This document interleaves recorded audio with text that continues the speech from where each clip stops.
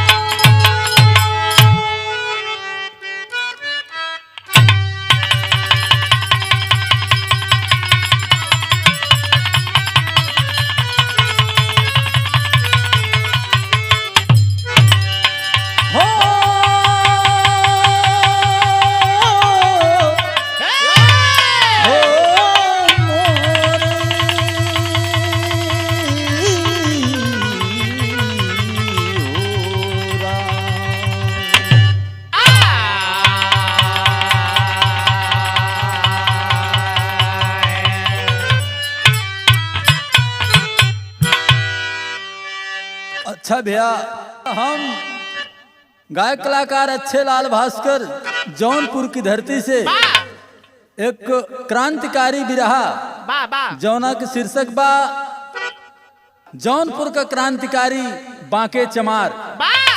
कवि जी 4 लाइन भूमिका से भाव लिखे।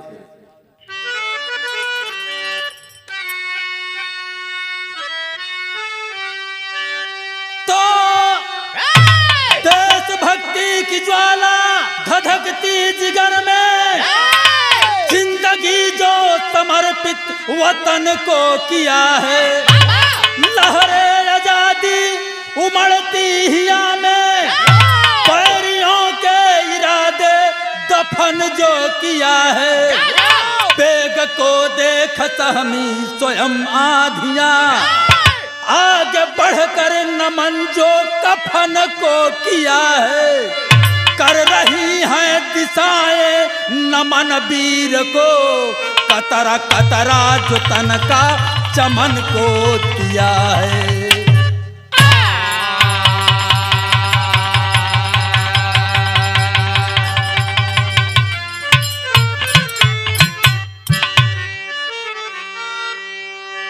कर रही हैं दिशाएं नमन वीर को, कतरा कतरा जो तन का चमन को दिया है। ए भैया, ये बात वह समय के बाद भारत माँ गुलामी की बेड़ियों में कराह रही थी। तमाम वीरों का इतिहास में नाम आया, लेकिन ये एक ऐसन बिरहा प्रस्तुत बा, इतिहासकारों ने यहाँ भी गलत किया। ऐसे ऐसे वीरों का नाम इतिहास में नहीं दिया। परम आदरणीय श्री सुरेंद्रनाथ यादव कवि जी बड़ी परिश्रम और बड़ी लगन मेहनत से इसे सर्च करके आज गाने के रूप में दिया। एक लाइन गजल का अंदाज बा मास्टर।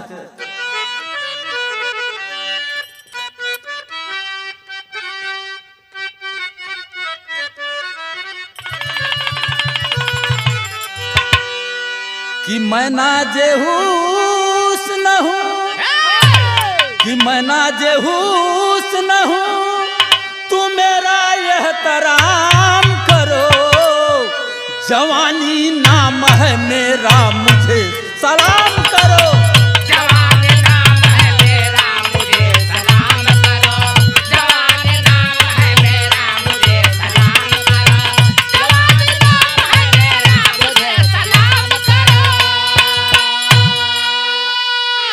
तुझे सलाम करेंगे मगर एक काम करो, कि तू अपनी मस्त जवानी हमारे नाम करो। तू अपने मस्त जवानी हमारे नाम करो, तू अपने मस्त जवानी हमारे नाम करो, तू अपने मस्त जवानी हमारे नाम करो। इत गीत रहा, लेकिन इहू से बढ़िया कवि जी भाव दिहन बीरन बदे, बीरन के प्रति लिखे। कैसे? जवानी अपनी जिसने वतन के नाम किया, जवानी जिसने वतन के नाम किया, जमाना झुक गया उसको सदा सलाम किया। जमाना झुक गया उसको सदा सलाम किया, जमाना झुक गया उसको सदा सलाम किया, जमाना झुक गया उसको सदा सलाम किया।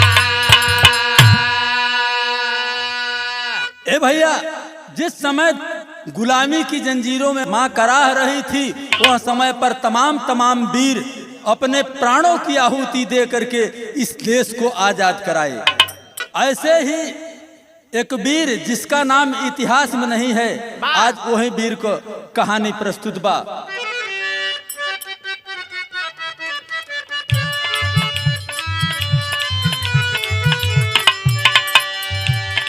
जिंदगी जो सदा वतन के हित बिताता है, जगत में आदर व सम्मान सदा पाता है।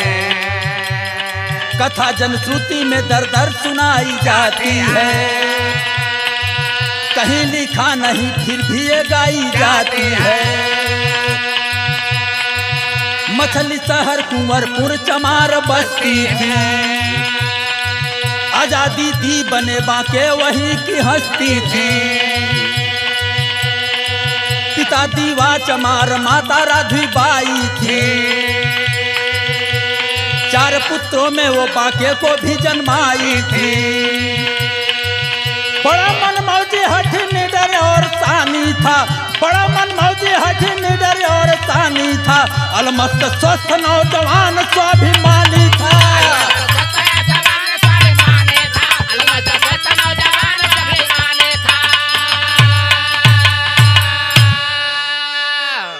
ए भैया, बात के समझला।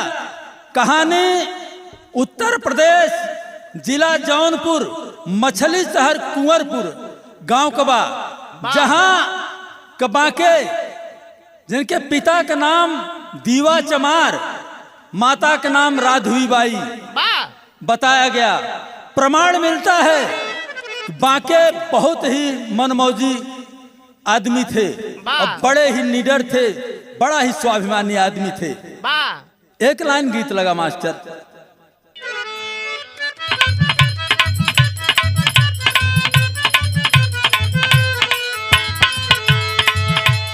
ये कही चदरवा पर ये कही तकियावा, ये कही बबड़ुए बिछावना।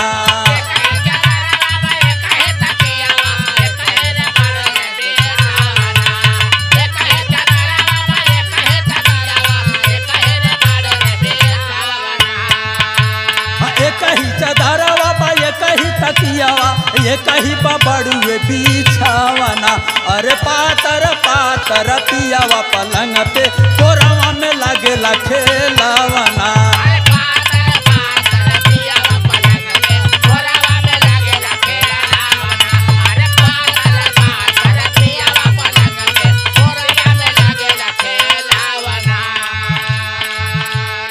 भावा बाके के जीवन में एक घटना घटी।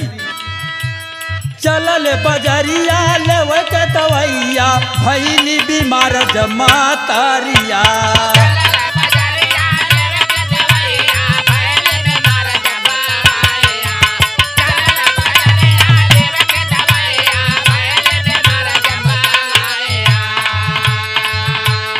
चलल बजरिया लेवे के दवैया, भैली बीमार जमा तारिया। पनिया पिया द बेटा बची न परनावा, चलल नहीं जाई अब डहरिया। पनिया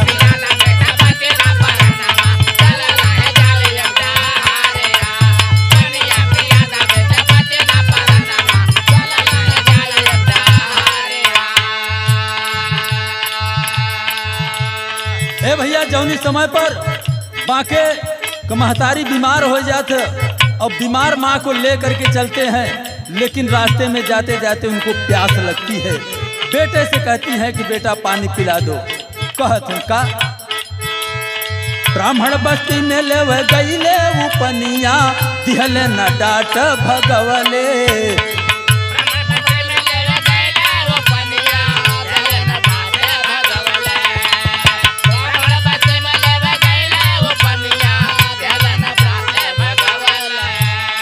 मर गईली माई नहीं मिले चयनवा, चारों भाई कुआं खोदले। मर गईले माई चयनवा, चारों भाई कुआं खोदले। मर गईले माई चयनवा, चारों भाई कुआं खोदले। 57 के क्रांति में भइल जब एलनवा, कूद गया छन में सामरिया।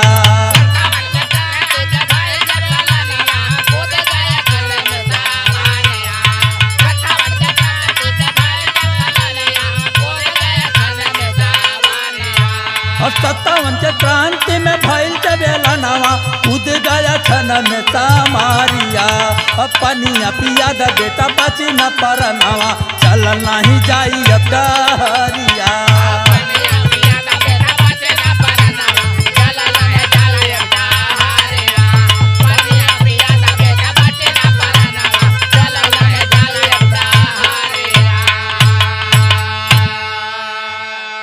जौनी समय पर बांके अपनी माँ को अस्पताल के लिए लेकर के जा रहे थे, रास्ते में प्यास लगा।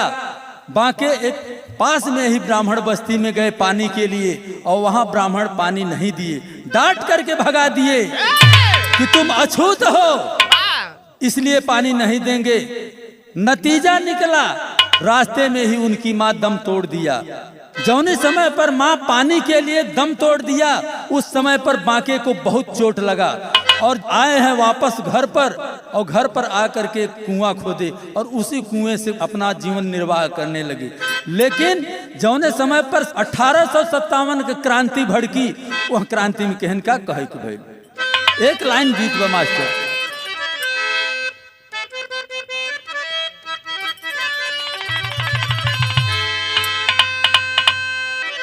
कि तरे नरियरवा का बारी, और तर नरियरवा का बारी, ऊपर श्याम गेदा लगाया।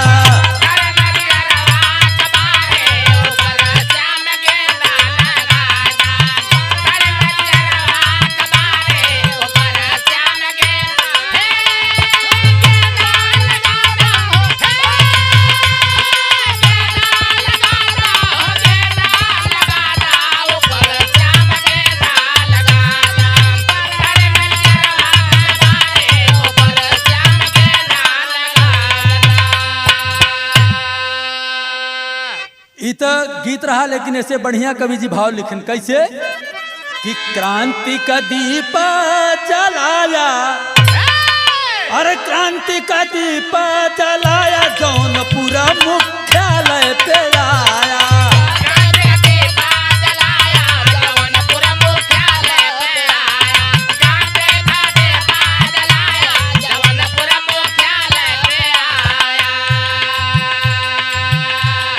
गोरवन में खौफ है समाया, जौनपुर मुख्यालय पे आया।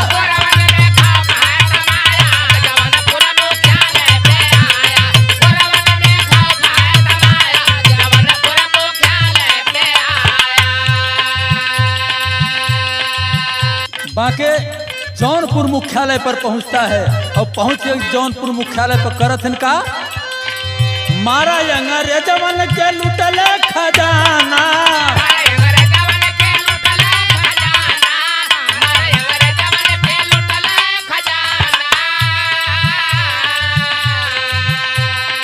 हथियार भी लूट लिया मन माना।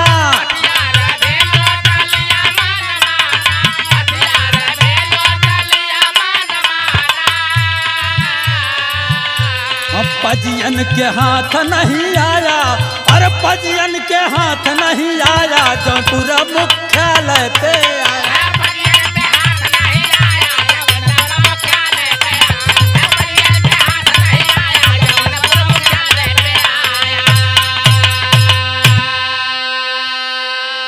बाके जौनपुर मुख्यालय पर पहुंचता है और जौनपुर मुख्यालय को लूट लेता है, तमाम खजाना लूट लेता है, हथियार लूट लेता है। बाके का काम था रात को जहां भी अंग्रेज मिलते थे, अंग्रेज सिपाही जहां भी मिलते थे, वह बाके मारता था और दिन में छुप जाता था। अंग्रेजों सिपाही के हाथ कभी नहीं वह आया। इसलिए अंग्रेज परेशान थे। मास्टर टेरी में कहना है,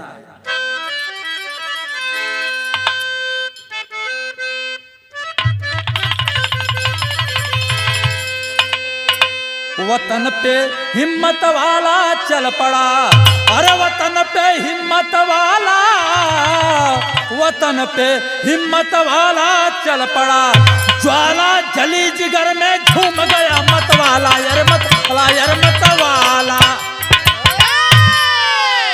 तो ज्वाला जली जिगर में झूम गया मत वाला, वतन पे हिम्मत वाला चल पड़ा।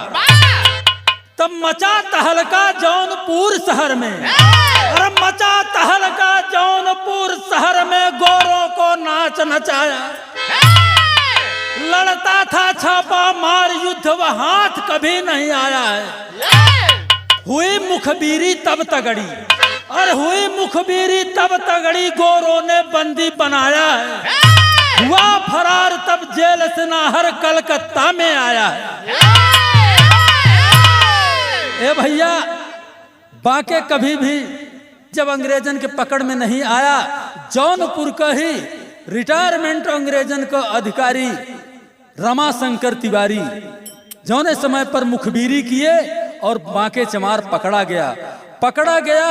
कुछ ही दिन जौनपुर सेंट्रल जेल में रखा गया और वहां से वह फरार हो जाता है जेल तोड़ करके।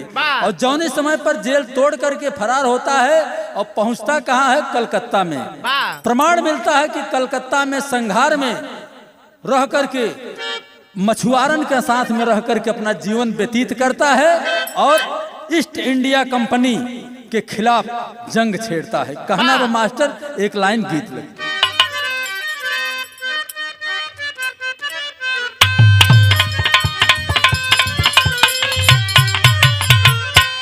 माई हो ललनवा देईदा,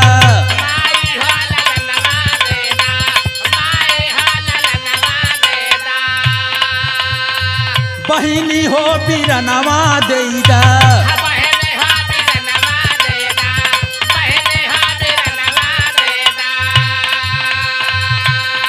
देशवा के करनवा भौजी, देशवा के करनवा भौजी, सोने का सुगनवा देईदा, माई हो ललनवा।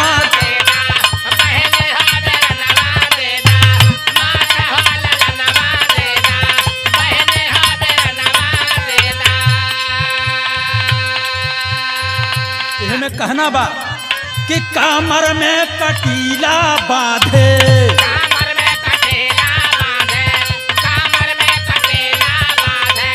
तीर तालवरिया साधे,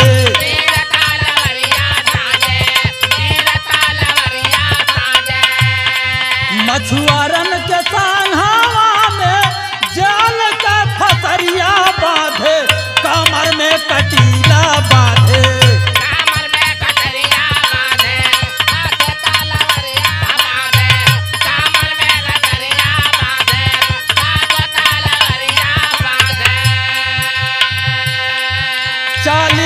जवान साथे जौनपुर में आई ले हो,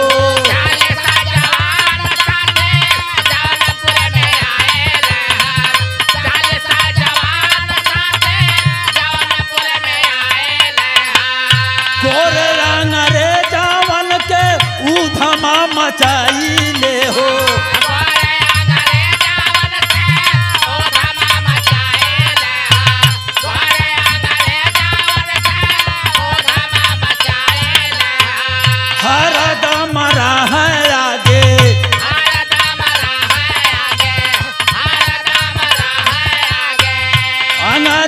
छुप के भागे,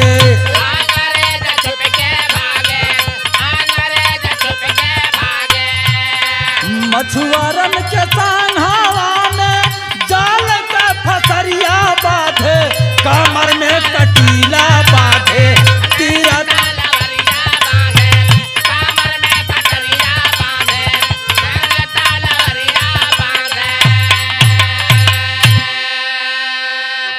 बाके कलकत्ता संघार में ईस्ट इंडिया कंपनी का नील गोदाम को विरोध किया और जौनी समय पर वह विरोध किया वह समय पर उन्हें 40 साथी यहाँ से मिल गए और फिर 40 साथियों के साथ में वापस जौनपुर लौट जाते हैं। जौनी समय पर जौनपुर लौटा था वह समय पर भाव देहलगर मास्टर चौलरिया लागे लाइन।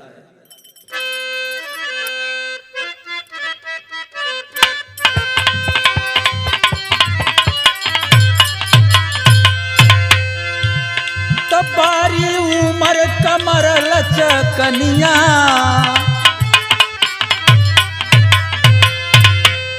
बारी उमर कमर लचकनिया गोरिया खींचे निहुर के पनिया गोरी का झूले झूलनिया ना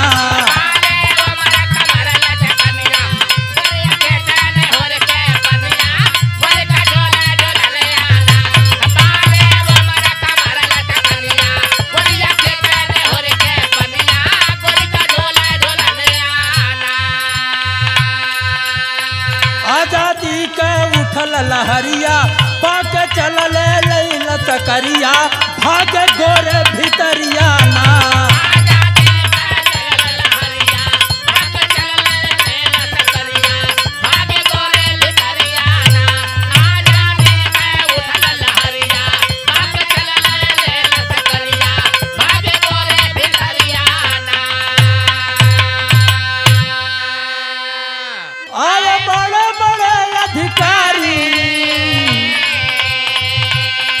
कैसना फतई का भारी कौनो जतन करे बाजारी मारा चाहे या गिरफ्तारी बाके जानक मिलल खबरिया भैल साथियन के फिकरिया भागे गोरे भितरिया ना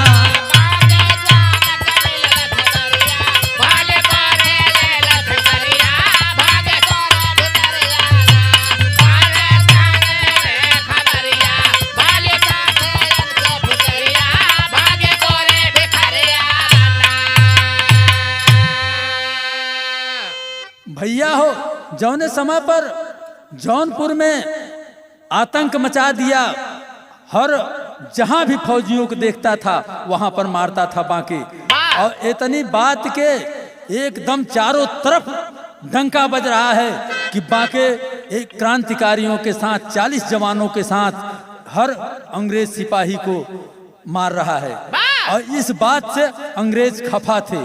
लेकिन अंग्रेज के हर एसपी कलेक्टर सब परेशान है कि बाके किस रूप से पकड़ा जाएगा। पहपट में भाव लाग मास्टर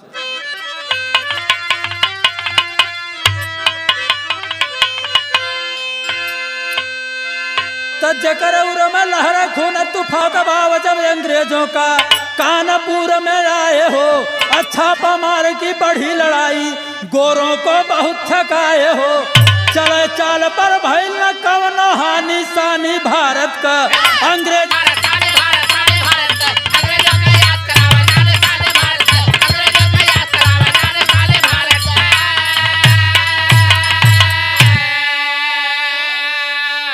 ए भैया जौनी समय पर जौनपुर से जब पुलिस छापामारी होने लगी बाके कानपुर के जंगल में छुप जाता है और वहां पर प्रमाण मिलता है कि 1200 अंग्रेजी सैनिकों को मारा जंगल में। और जब इतना जंगल में सैनिकों के मारने के बाद अंग्रेज एक नई चाल चले और 50,000 रुपए का इनाम घोषित किए। उस समय जिस समय एक आने में 2 गाय मिलती थी और चाल चले मास्टर आल्हा में प्रमाण बा धन्य धन्य वीर धन्य देश करतना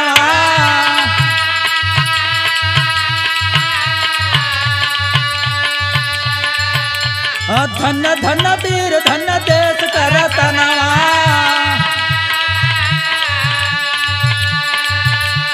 देशवा के खातिर दिए सब कुछ बिसा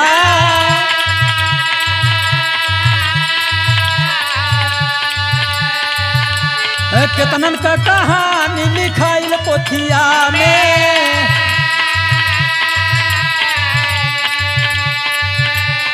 बहुतन का दिए सब लिस्ट से निकाल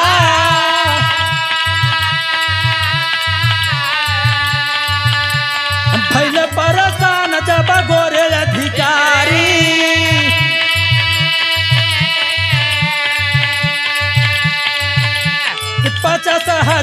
घोषित किया पुरस्कार।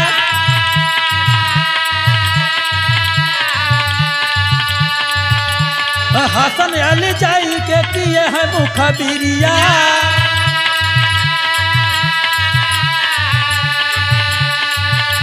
और 17 साथी संग बाके भैले गिरफ्तार।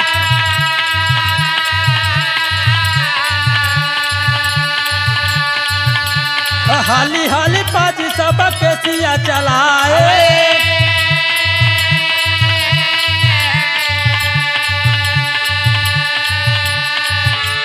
सुने नाही बतिया के कौनो बदका।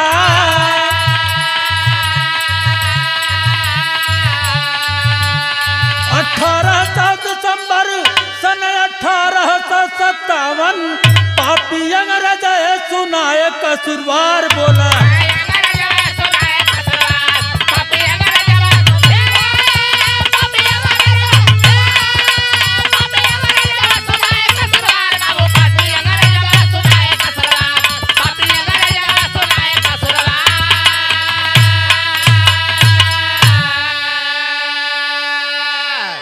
कानपुर के जंगल में जिसमें छुप करके रहा करते थे, रात को अंग्रेजों को मारते थे और दिन में फिर जंगलों में छुप जाते थे।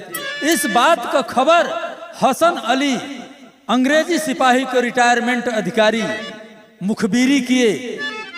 प्रमाण मिलता है 17 साथिन के साथ बांके चमार कानपुर के जंगल में गिरफ्तार हुए।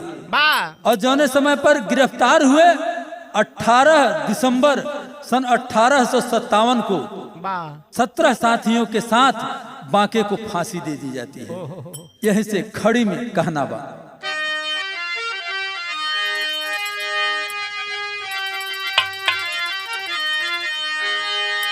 तो छुपी हुई खबरों का पर्दाफाश हो गया। तो याद दलितों का स्वर्णिम इतिहास हो गया।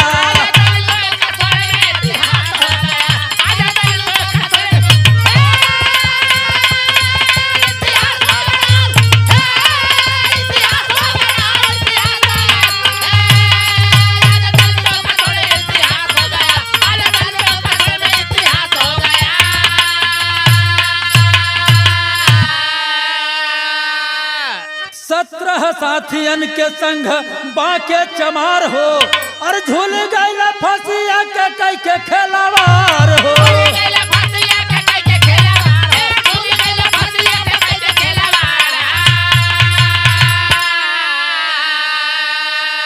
तो शहीद सूची में जिसका नाम खास हो गया, शहीद सूची में जिसका नाम खास हो गया, आज दलितों का स्वर्णिम इतिहास हो गया।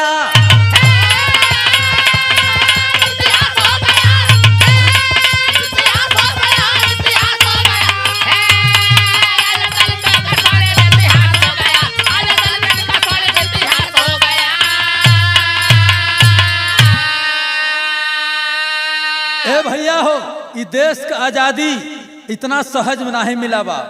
तमाम जवान हंसते हंसते फांसी के फंदे को चूम करके इस देश को आजाद किए। कवि जी एक लाइन संदेश लिखते हैं कि बांके चमार देके गैले मजमून हो और मंगल से मिली ना आजादी मांगे खून हो।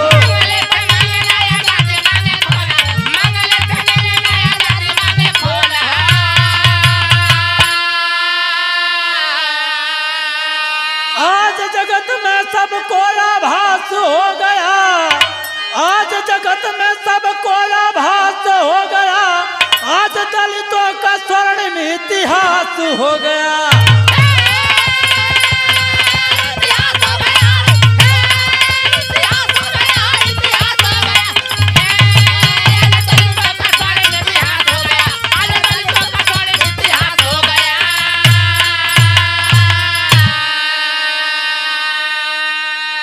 ए भैया, देश को आजाद कराने के लिए हर तबके के लोग, हर गरीब, हर मजदूर, हर जात, हर मजहब के लोग मिलकर के इस देश को आजाद किए। इतिहासकारों ने भले पक्षपात किया, जहां तमाम लोगों ने पक्षपात किया, लेकिन इस देश को आजाद कराने में हर जात हर मजहब के लोग अपने प्राणों की आहुति दे करके इस देश को आजाद कराया।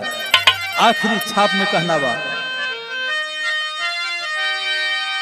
कि गुरु बिहारी गुरु गणेश गुरु रामलाल की माया, विमल चंद्रिका राधे श्याम गुरु राम आधार मन भाया, वतन पे हिम्मत वाला चल पड़ा, ते अच्छा कभी सुरेंद्र बिरहा के रखवाला हो, वतन पे हिम्मत वाला चल पड़ा।